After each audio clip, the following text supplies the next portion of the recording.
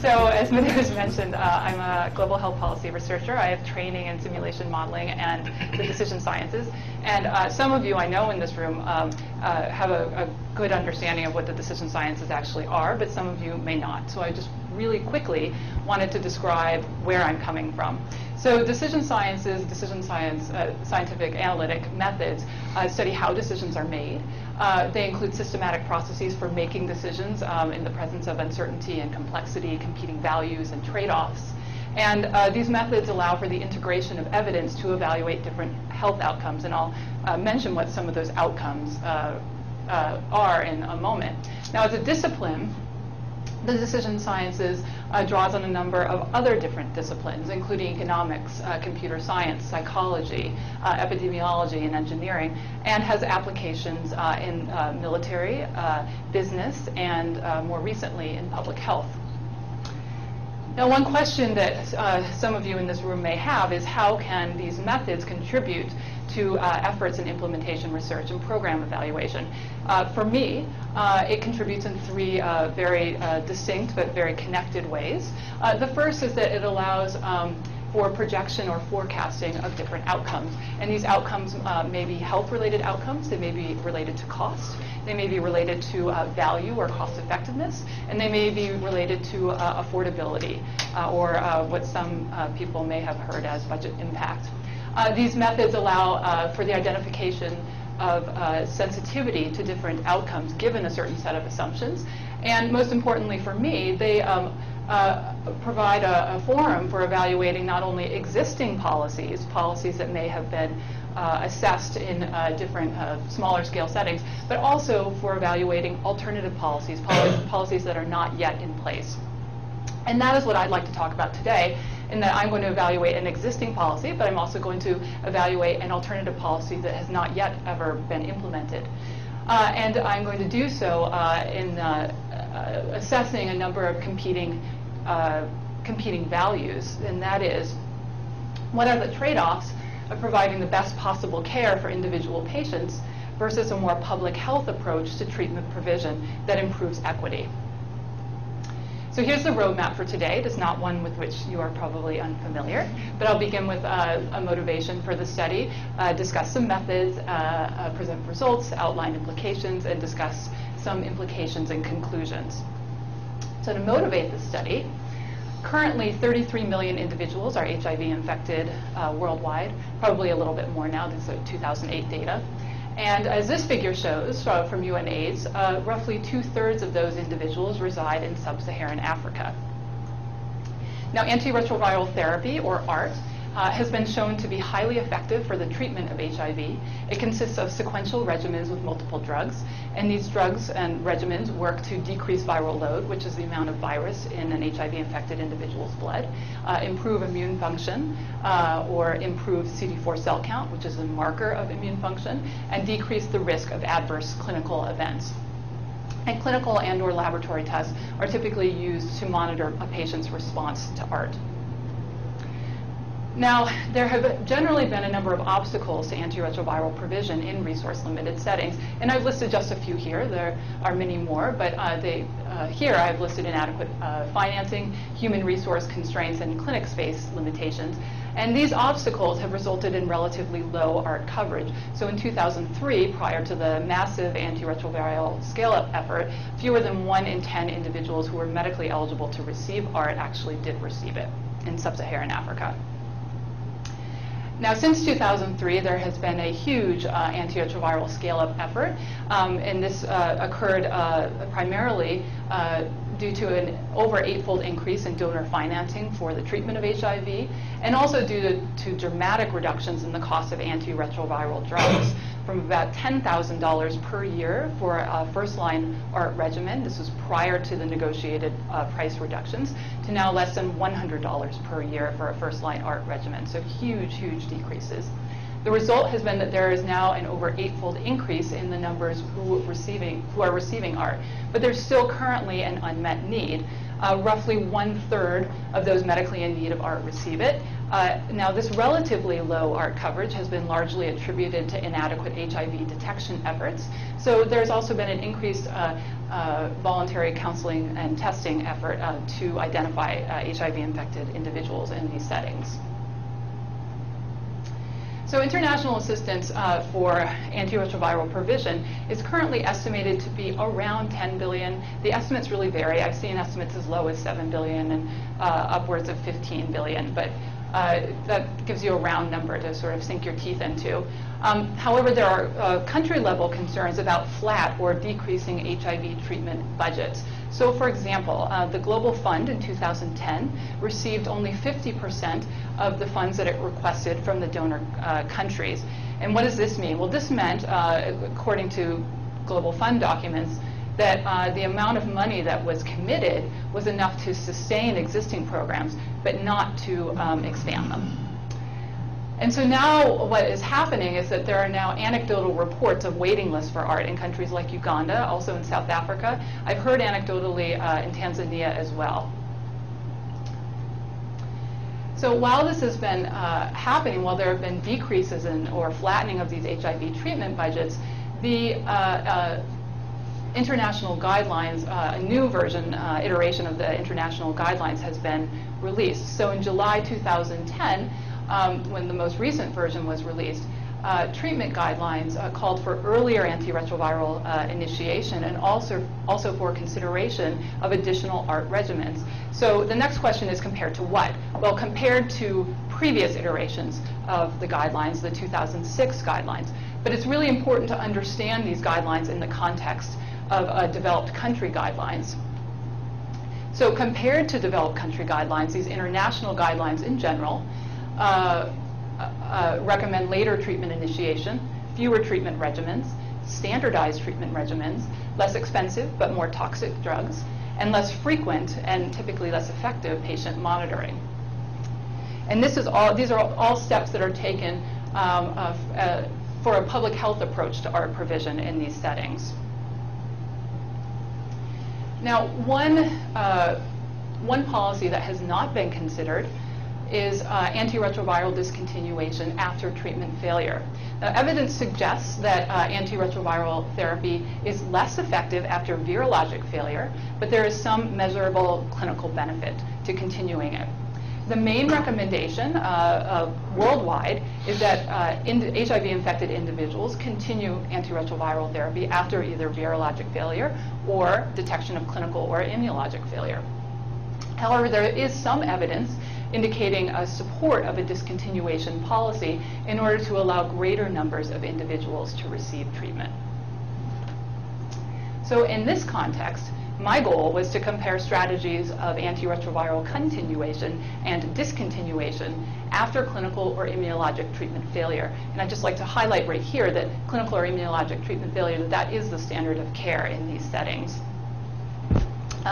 And I compared these strategies by developing a very stylized depiction of antiretroviral allocation in which I aimed to highlight the trade-offs among competing policy goals of optimizing health outcomes for treated patients, health outcomes for treated and untreated patients at the broader population level, and the number receiving treatment. So how did I assess this research question?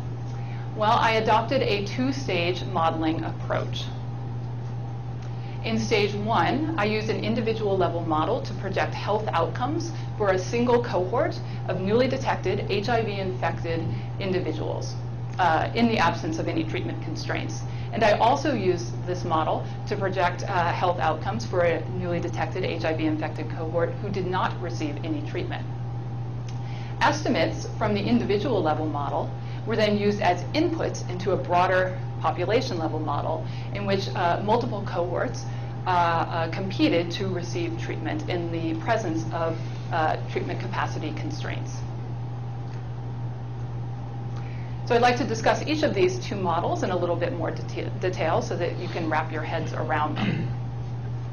So the individual level model is an existing state transition microsimulation model of HIV disease, the natural history and treatment of HIV disease. Sometimes it's a little bit difficult to understand what exactly that means, so I'll just walk you through it. What happens is that hypothetical patients are drawn from distributions of age, sex, CD4 cell count, which again is a marker of immune function, and HIV RNA level, which again quantifies the amount of virus in an HIV-infected individual's blood. The model applies probabilities to these hypothetical individuals, and these probabilities are denoted by these black arrows here. And these probabilities govern transitions among the different health states, broadly noted here in the circle portions. And the model tracks the clinical course of these hypothetical patients from the time of detection, or the time that they enter the model, until the time of death. And this occurs 1 million times, so that the model can average all of the different outcomes and produce stable projected estimates. So one question you may have is, what are the outcomes that I assessed? Well, for this particular analysis, the individual level model outcomes that I considered were life expectancy, mean time on ART, the annual probability of receiving ART, and the annual probability of survival. Now I'd like to also discuss some of the assumptions about model structure. So first, decisions to start, switch, and if applicable, discontinue ART are linked to the detection of clinical events and CD4 cell count. And again, this is in accordance with WHO guidelines and consistent with clinical care in resource-limited settings. So antiretroviral therapy was also delivered in accordance with current international guidelines and included semi-annual CD4 cell counts, quarterly clinic visits, ART initiation at a CD4 cell count less than 350, and 2 sequential ART regimens. I also assume, the model also assumes, that those patients on a failing regimen have a decreased risk of AIDS-related mortality compared to those individuals who do not receive antiretroviral therapy. This is a really important point. I'm going to repeat it because it is key to some of the results that we'll see later on. Those individuals who have virologically failed a regimen have a decreased risk of AIDS-related mortality compared to those individuals who don't receive any treatment at all, but an increased risk of AIDS-related mortality compared to those individuals who receive fully effective ART. Sorry, quick question. Does that distinguish between the line of ART that they're on? Because there's some evidence that failed PI regimens are more effective than failed NRTI regimens. So in the model, we do not distinguish. Okay. Yeah. It's based on your CD4 cell count. So we have different CD4 cell strata, and a different the impact of what we term as the ART effect is based on where you fall in these buckets. Okay. Regardless of what ART. Regardless of what regimen you're on. Yeah. We don't parse to that level. But your first line versus second line regimens have different effectiveness, or? Correct. Yeah. Okay. So estimates from the individual level model, including life expectancy and the annual probability of receiving ART, are then used as inputs into a broader population level model. What is this model? Well, it's the population level model is a linear programming model that seeks to maximize life years across multiple cohorts of newly detected HIV-infected patients. The model chooses a fraction of each cohort to receive ART, and this is subject to a constraint on treatment capacity in the form of treatment slots, or simply the number of individuals receiving treatment each year. And time on ART determines slot consumption. Now I'd like to, this is a lot to digest in a single slide. Yeah? Does the model also account for transmission of disease across different? It does not. It does not. We can account for resistance, but not for transmitted resistance. So resistance to drug within an individual patient, but not transmitted resistance. It turns out that would actually, it would improve the result in favor of a discontinuation policy. We'll get there, but if there was more transmitted resistance, what we'll find is that more people would cycle through the regimens more quickly. You would be able to treat more people. So it actually would improve the result. So it's a more conservative approach. So The text, the sort of a textual description is right here, and I'd like to go through some of the assumptions and outcomes for this model, but then I'm going to come back to it and show you a schematic so that you can wrap your head around what's going on. So population level model outcomes included accumulated population life years across multiple cohorts, including life expectancy per cohort, the mean number initiating ART annually, mean annual ART coverage, and mean number alive annually. Now, developing this model, I made several very simplifying assumptions. And these assumptions have tended to generate a lot of discussion. So I'd ask right now that you keep your questions to clarifying questions and any other comments you may have that we leave until the end. Okay, so the first simplifying assumption that was made was that of a one-shot treatment approach. That is, those individuals who were not eligible for ART upon detection or entering the model, or those for whom not enough slots were available upon entering the model, could not receive ART in future years. A second simplifying model assumption that I made was that of a hypothetical steady state with a constant incidence of newly detected HIV-infected individuals and a constant number of total treatment slots available at any one time, or that is, treatment capacity. And then finally, and I don't think that people will have too much of a problem with this one, the analytic time horizon was 5 years. Can you talk later about if you relax those assumptions, like what they might happen? Or yeah, and I will also discuss why they shouldn't matter. Okay. Yeah. So I'd like to present now a schematic for this population level model, just so that you can wrap your heads around how it works a little bit more easily. So I begin by initializing the model to achieve a hypothetical steady state. And after I'm confident that I have initialized the model, then begins this analytic time horizon. And the analytic time horizon is depicted in these blue boxes here, blue outline boxes. And then what's not shown here is what's called a censorship period. And the censorship period allows for health benefits to continue to accrue in cohorts who have entered the model during the analytic time horizon. Now, once in the analytic time horizon, each year, a new cohort of newly detected HIV-infected individuals enters the model. These cohorts are represented by the blue arrows. And then each year, there are constraints on the total number who can receive ART. They're depicted by the red arrows. The model then chooses a fraction of each cohort to receive ART. And this fraction is chosen not only to maximize accumulated life years across the analytic time horizon, but is also subject to the capacity constraints. Okay? So I'd like to discuss a little bit more what this capacity constraint is and some of the motivation for choosing a single metric for this constraint. As I mentioned before, it's in the form of treatment slots, and the consumption of a slot is determined by a treated individual's time on ART. Now, recall that I define a slot, or the number of slots available, simply as just the number of individuals who can be treated in a certain period of time. And again, this is a single metric, but it really serves as a very multidimensional proxy for the number of different constraints that might prevent or serve as obstacles to antiretroviral provision. So in this case, I mentioned some of them earlier, but they might include financing, human resource capacity, health and social service capacity, or drug affordability. And so some of you may wonder, well, why didn't I not model each of these constraints individually? Well, one answer to that question is that there's simply not data out there to model it. There's just no data. And that was part of it, part of the decision as to why.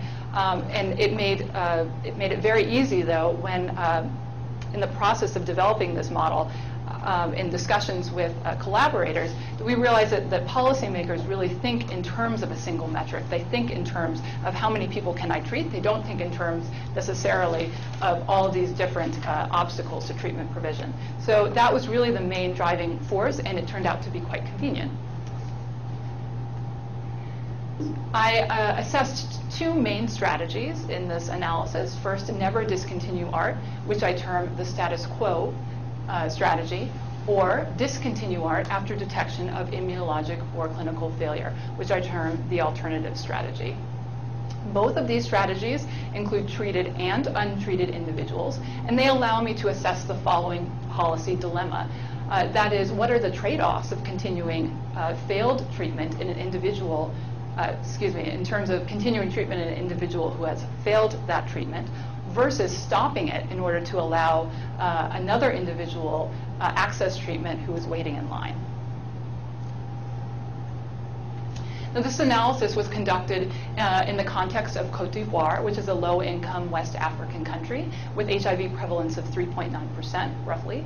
The standard of care here, as in other resource-limited settings, is lifelong ART, and antiretroviral coverage is estimated to range somewhere between 23% and 34% in this setting.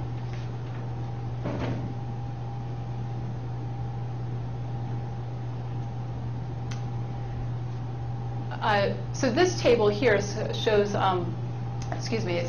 selected data inputs for both models. This is just a tiny, tiny fraction of the data inputs that were used in these models, and I'm just giving them to you, presenting them to you to give you an idea of some of the main parameters that were important in this analysis. For the individual level model, data came from clinical trials and cohort studies conducted in Côte d'Ivoire for the most part.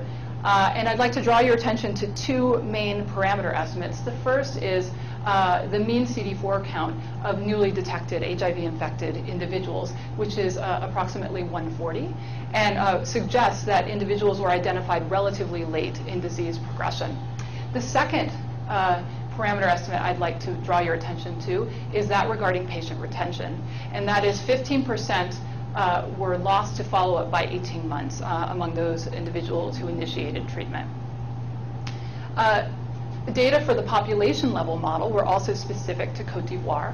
I assumed, based on the UNAIDS spectrum model, an epidemiologic model that forecasts HIV incidence over time and along with some other outcomes, that 30,000 newly detected HIV-infected individuals. Just clarifying question. Sure. What is the return to care difference with the loss to follow-up? Oh, so that means among those individuals who were lost to follow-up, that roughly half of those who experienced a WHO stage 4 event would have the chance to return to care. Does that clarify? Okay. Why did you pick Côte d'Ivoire? Data availability. So there's not that much good data from these settings, and I had access to it. So it was. Even where you are, you couldn't get Botswana data, for instance? It's not that easy. Yeah. Potentially, but I think that there are a lot of sort of political issues to consider in terms of collaborations across groups that it would not, I don't think that it would be a simple endeavor. So I capitalized on data to which that was available to me, and really, and I'll go through this later, but really the point of this analysis is to generate a discussion and choose a setting that was typical of sub-Saharan Africa. And Daniel, I think I saw your hand up. Yeah, I'd at some point be interested in discussing with you further what data you actually need, because everything that's on this I can give you off the top of my head for our site in South Africa. Yes, as I said, so there are hundreds, probably hundreds of data inputs that are not shown on this screen. It would not be useful to go through all those data inputs. So yeah, but point well taken. So for the population level model, I assume that 30,000 HIV-infected individuals were detected annually, and that at any one time there were 50,000 total treatment slots. And that's also based on UNAIDS data and is specific to Côte d'Ivoire. So I'd like to present the results. So this table shows results, base case results for treated individuals only. Shown in the first column are the strategies. Recall that the status quo strategy implies lifelong ART, and the alternative strategy implies the antiretroviral discontinuation after clinical or immunologic failure. In the second column is shown life expectancy. And individuals receiving art under the alternative strategy lived approximately 0.7 years fewer, or 9 months, than individuals receiving art under the status quo strategy. Shown in the third column is mean time on art. And here, individuals receiving art under the alternative strategy spent approximately 1.1 fewer years on art compared to individuals receiving art under the status quo strategy.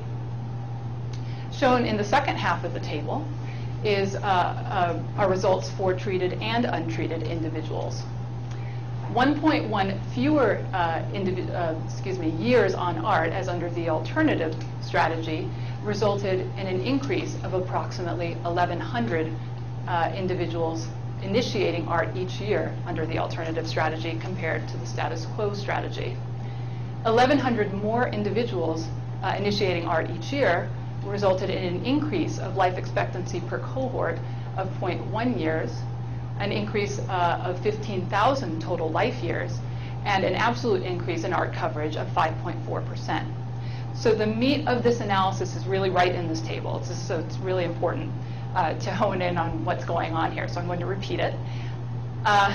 Less time on art under the alternative strategy allows more individuals to initiate art each year, which results in higher life expectancy per cohort compared to the status quo.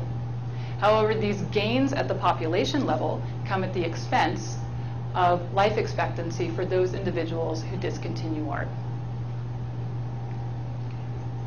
I'd like to repackage these results in a slightly different way and show you survival for a single cohort of treated individuals. On the x-axis is shown time, on the y-axis is the proportion alive. The status quo policy is indicated by the dashed line. The alternative strategy is indicated by the solid line. By 5 years, which reflects the analytic time horizon, survival under the status quo strategy exceeds survival under the alternative strategy. That is, or correspondingly, there are more deaths under the alternative strategy, approximately 600 more deaths under the alternative strategy compared to the status quo strategy. Now, this relationship reverses when you consider a single cohort of treated and untreated individuals. So here, by 5 years, survival under the alternative strategy exceeds survival under the status quo strategy. Correspondingly, fewer deaths, approximately 1,120 fewer deaths occur under the alternative strategy compared to the status quo strategy. Oops.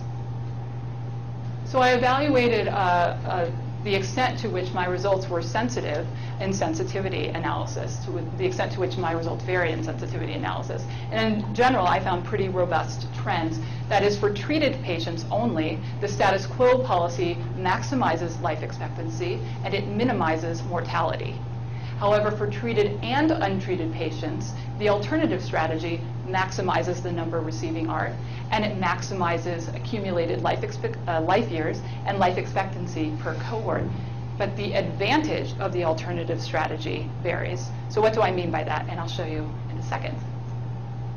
So here, what this figure will show is the percent difference of the alternative strategy compared to the status quo strategy for 2 health outcomes. Shown on the x-axis is the percent difference, and this varies based on changes in parameter estimates and assumptions that are shown on the vertical axis.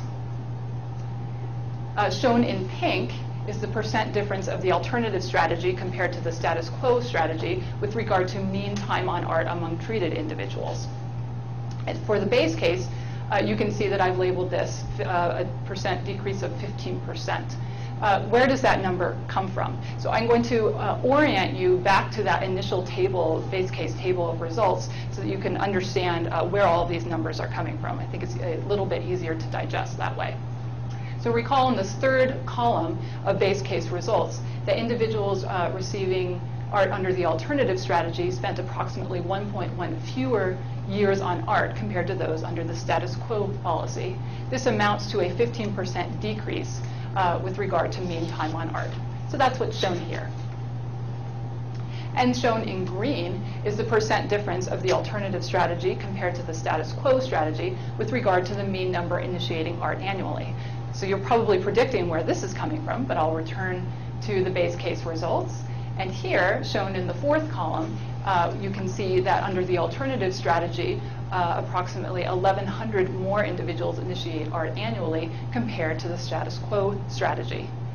This corresponds with an 18.7% increase in the number of individuals initiating ART under the alternative strategy compared to the status quo. So that's shown here.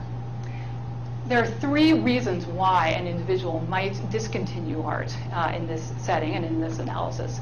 First is due to a discontinuation policy. The second is due to loss to follow-up. And the third is due to death. Earlier identification of antiretroviral failure, as might occur with HIV RNA monitoring, would result in fewer opportunities to discontinue ART for reasons other than a discontinuation policy. Therefore, compared to the base case, there would be a greater % decrease with regard to the mean time on ART among treated individuals, and correspondingly a greater % increase with regard to the mean number initiating ART annually. Now, what if I were to consider these strategies in a universe where only first-line ART was available, or in a universe where only third-line ART was available? Well, similar to my explanation for HIV RNA monitoring and earlier identification of antiretroviral failure, if only one line of ART were available, as shown here, if only one line of ART were available, there would be fewer opportunities to discontinue ART for reasons other than a discontinuation policy. Therefore, compared to the base case results, there is a greater % decrease with regard to mean time on ART among treated individuals, and correspondingly a greater % increase with regard to the mean number initiating ART annually. What if an additional line of ART were available in this setting, that is a third line of ART?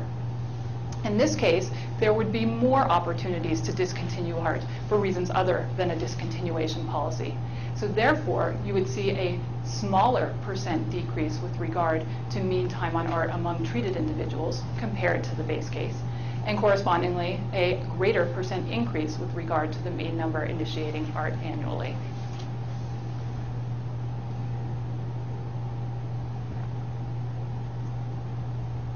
I also found that my results were sensitive to assumptions about treatment capacity. That is, for every 5,000 additional treatment slots, life expectancy per cohort increased approximately 2 months. Increased capacity was also associated with increases in the number initiating ART, increased ART coverage, and decreased mortality. In general, I found that the alternative strategy maximizes life expectancy per cohort. However, there were exceptions, and with these exceptions, the status quo became the maximizing strategy. This occurred if the number of treatment slots exceeded 175,000 available at any one time, compared to 50,000 in the base case, or if the incidence of newly detected HIV-infected patients fell below 10,000 per year, compared to 30,000 in the base case. So I also evaluated increasing treatment capacity over time to assess some real-world variation in supply and demand. And so I did an analysis where I did increase treatment capacity, but I held the number of newly detected HIV-infected individuals entering the model constant. So shown here in this figure, what will be a figure, on the x-axis is the annual increase in number of treatment slots, and on the y-axis is life expectancy per cohort. I'd like to begin again by relating the results in this figure back to the base case results again, so that you can wrap your heads around what I'm showing. I won't bring the table up again though. But here, when there's no annual increase in the number of treatment slots, life expectancy per cohort under the alternative strategy, as shown by the black shaded box, exceeds life expectancy per cohort under the status quo strategy, shown by the white box. And this difference is 0.1 years. Now, this is the same figure. The only thing that I've changed here is the scale on the y-axis. And now here, I begin to assess the annual increase, results under the annual increase in the number of treatment slots. And here the alternative strategy is represented by the solid line. The status quo strategy is represented by the dashed line. Now, below more modest increases in treatment capacity, that is below a threshold of 4,000, life expectancy per cohort is maximized by the alternative strategy. Oops. However, above this threshold, life expectancy per cohort is maximized by the status quo strategy. Now, I also wanted to assess this sensitivity analysis with regard to another health outcome, that is particularly the mean number initiating ART. Now, below this 4,000 slot threshold, life expectancy the mean number initiating ART under the alternative strategy, which is shown with the orange bar, exceeds the mean number initiating ART annually under the status quo strategy, shown by the blue bar. And this relationship persists above this 4,000 slot threshold. So a question you may have is, why is this, or what is going on here? So at more modest increases in treatment capacity, efficiency and equity are maximized by the alternative strategy. However, above a particular threshold, and in Côte d'Ivoire it's around 4,000, but it would change depending on your setting, the additional health benefits of the status quo strategy in terms of life expectancy begin to outweigh the additional number of individuals who could receive ART under the alternative strategy. Therefore, efficiency improves, but it comes at the expense of equity. So there are some limitations to this analysis. The first is that the number of antiretroviral regimens and treatment efficacy is fixed over time. Now, I think that it's pretty reasonable, given the short time horizon of this analysis and the economic climate globally, that to assume that only 2 regimens are available. My instinct is, and some people in this room may know better than I, but my instinct is that it will not go back to one provision of, or recommendations of just one line of ART. I think it's harder to go back to take treatment away. And given the economic climate, although there's a call to consider additional third-line regimens for provision of ART in these settings, I know that there's a lot of debate at the country level about whether to actually implement this. So I think for the time being, given the short time horizon, that's a reasonable assumption to make. Also, in terms of treatment efficacy, again, it's a very short time horizon. Antiretroviral effectiveness and efficacy in these settings is comparable to that in developed country settings. So I think this is a reasonable assumption to make. Also, a second limitation is that time on treatment is a proxy for expenditures related to HIV treatment. So there might be concern that there would be additional costs, additional startup costs that go along with a discontinuation policy. But I think that they would be balanced and potentially outweighed by the additional costs of second-line ART, of continuing individuals on second-line ART. And for context, second-line ART costs are roughly 3 to 10 times the cost of your average first-line ART regimen. So it's really a substantial cost over time. And then finally, as I mentioned earlier, there are some face validity concerns. The first is that of a hypothetical steady state. Now, there are reports in some sub-Saharan African settings, countries, that the HIV epidemic is stabilizing. Therefore, what we would expect is that the incidence of the incidence of HIV-infected patients would also begin to stabilize. And therefore, that there would be also a stabilization of the number of individuals who are detected on an annual basis. So I think it's a reasonable assumption in some settings, certainly not all. And then with regard to total treatment capacity, this was really driven by the economic climate globally, and that we really are seeing decreases in HIV treatment-related budgets. So keeping treatment capacity fixed over a short time horizon, a 5-year time horizon, I think is a reasonable assumption to make. There are also face validity concerns regarding ART initiation only upon HIV detection, that is, only upon entering the population level model.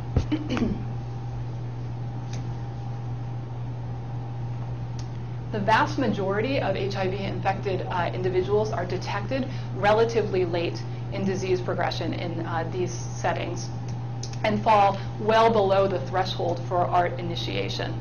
So in terms of not being eligible upon HIV detection, not being eligible for ART upon HIV detection, it actually would have very little effect on our results.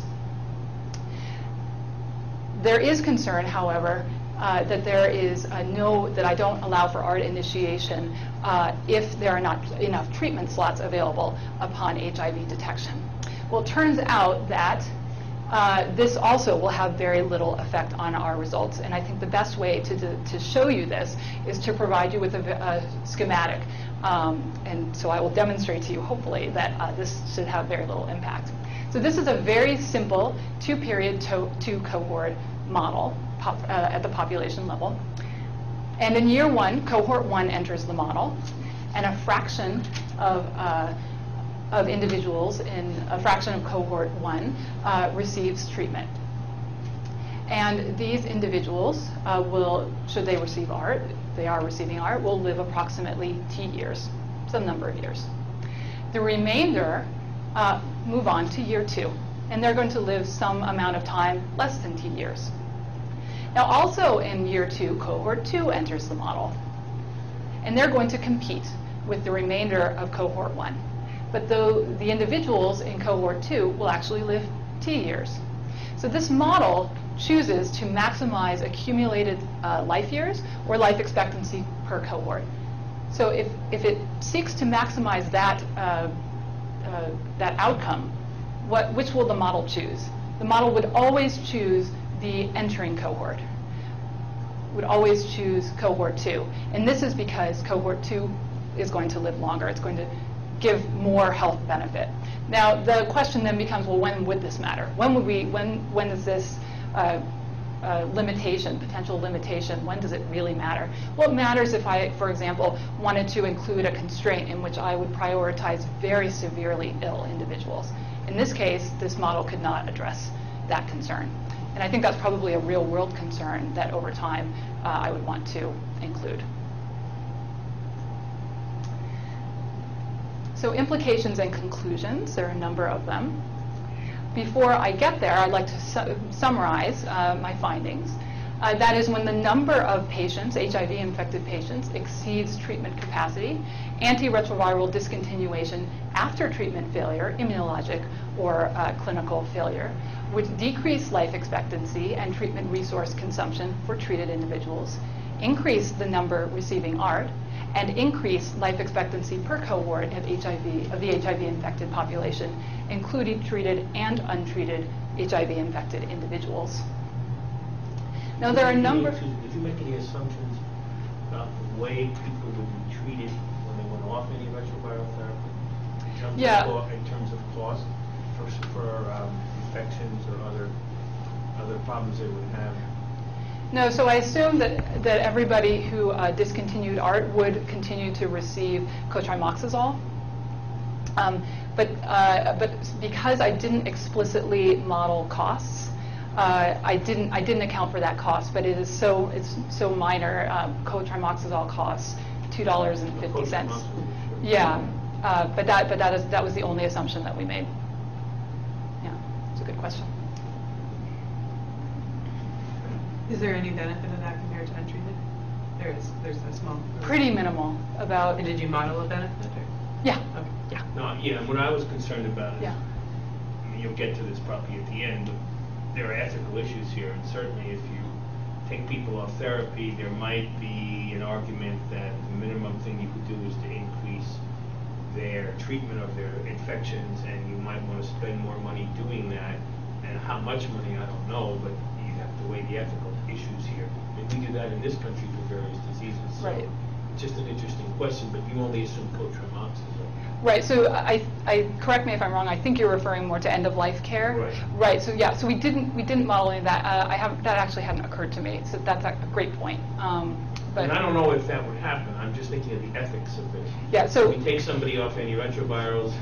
We know that they're going to deteriorate more quickly. Therefore, we decide to do more to help them in their life. We may Right. not. I'm just wondering if you thought about Oh, modeling it. well, not modeling it, but the ethical implications of this analysis are enormous. Right. And it has generated a lot of discussion and a lot of consternation among Sure. collaborators. It really has been I'm a just thinking very one way heated around the discussion. ethical Yeah. dilemma is to provide people the more than the usual care at the end of life.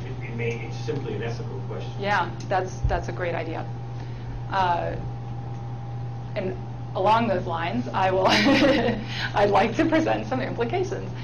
So there are truly a number of implications related to this analysis. The first is more clinical in nature, and that in this setting, given the lack of availability of HIV RNA tests more generally and genotypes, that there would be some amount of misclassification of antiretroviral failure. So what does this mean? This means that among some fraction of each cohort who discontinued ART, that they could still continue to receive some clinical benefit from antiretroviral therapy.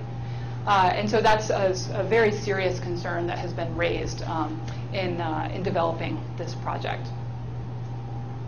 And this leads to some of the ethical implications, not along the lines of what you were talking about, but certainly in terms of patient abandonment and what the responsibilities are that a physician or healthcare provider has to his or her patients. And then this has really generated quite a bit of discussion. The counter to this is that there are claims, and these claims are both of the treated individual, that treated individual who is sitting in front of you, who would like to continue treatment for the duration of his or her lifetime, versus the untreated individual who's in the waiting room. Again, this is only in the context of an environment in which there are waiting lists. So certainly, while there are always claims of treated and untreated individuals, the stakes become much higher when there are waiting lists for treatment. So that has also been highlighted in this research. And then there are a number of policy implications. Foremost, what would be the feasibility of actually implementing this type of policy? I don't know the answer to this question. I would assume that it would vary based on the sort of level at which you're talking. At the international level, maybe. Would it change based on a donor policy, if donors were involved? At the country level, or probably it would be very difficult to implement it on the ground. Although I did talk to, in South Africa, a number of healthcare providers and clinicians who did raise this possibility and said that it would be possible, but it would have to come from above. There's no way that they could implement a strategy like this unless it was solidly in the guidelines. And then if this type of policy were not feasible, are there other policies that could be considered? And so the one that comes immediately to mind is later initiation of antiretroviral therapy, which, again, in the latest iteration of the WHO guidelines, they've moved away from later initiation of ART. So it would be a little unclear if they would politically be able to move back there. So I think this really raises a lot of questions, certainly raises more questions than it answers, this analysis. And so for that reason, I have not taken a hard line and a hard stand on what I believe the policy conclusion should be. In my mind, this analysis was intended to highlight these individual level and population level health trade-offs. This is not a new discussion, but it's highlighted very aptly in this applied example. And I think they should be discussed. I think they should be debated. I also think and feel very strongly that they should be very transparent in the policy discussion and explicit in future treatment policy decisions. Now I'd like to step back for a moment and just put what I presented today into context. So today I provided an example of applied decision analytic methods. I've systematically integrated available evidence. I've mathematically represented a very complex disease, and I've considered a number of competing values. I also evaluated existing policies and evaluated an alternative policy. And I believe that these methods can really help decision makers make very critical policy decisions across a number of health domains. Finally, I'd like to very, very briefly touch upon future research so that you can understand where today's presentation falls into a future research agenda. I'm very interested in continuing to examine the outcomes of different HIV-related health interventions and other disease, particularly very systematically assessing health outcomes, cost outcomes, value, and then affordability. I don't know that this is done systematically enough. So I would be very interested in having a concerted effort in that area. And what those health interventions would be depends on the policy climate. So I'm not going to name them now because they change over time. It's a moving target. I'd also be interested in continuing to quantify these ethical dilemmas that I feel are very, very important. They are not quantified in the policy debate today, and I think that it could use quantification in order to open a policy discussion.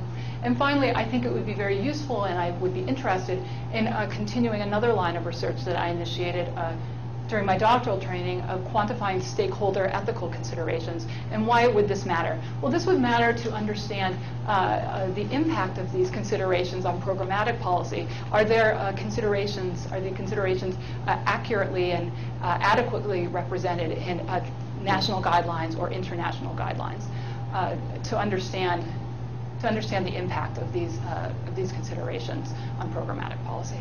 So with that, I'd like to acknowledge those individuals who contributed to the development of this project and my many funding sources, and I thank you for your attention. A lot of them.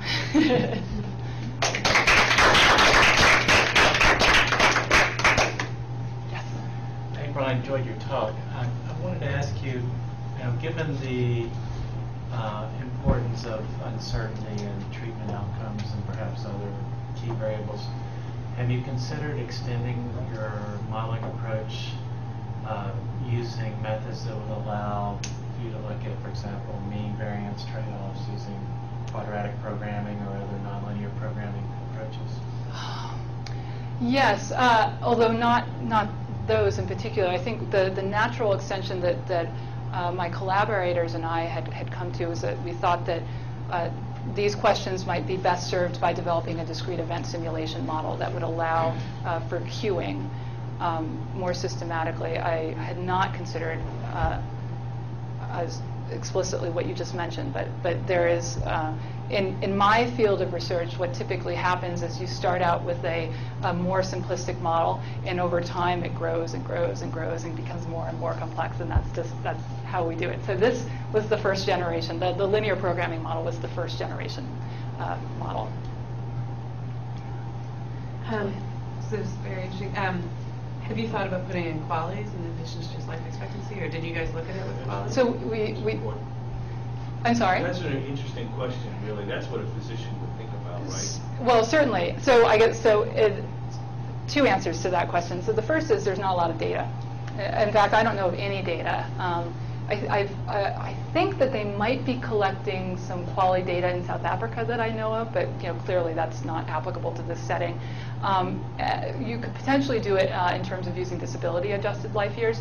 Again, it's the same problem. So there's not a lot of data. And my understanding is that people in this field have tended to shy away from that simply because you would be, for example, applying either using a pure assumption to inform that, or you would be using say U.S. data, and it's just not, they're apples and oranges. So I don't think that it would be responsible. And then I think you addressed earlier on, just want to try and work through it. If you did include transmission and a reduction in transmission rate based on a reduction in viral load, is it so your thought is that by not including transmission, that this is the conservative answer, and so if you were, I was just trying to work out. Yeah. So it wasn't a viral load. It was more that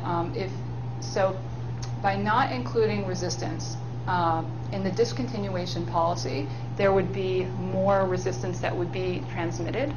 Therefore, more people would cycle through the slots, and therefore more people could be treated. So because there were more people treated, you could have increases in life expectancy per cohort, increases in accumulated life years.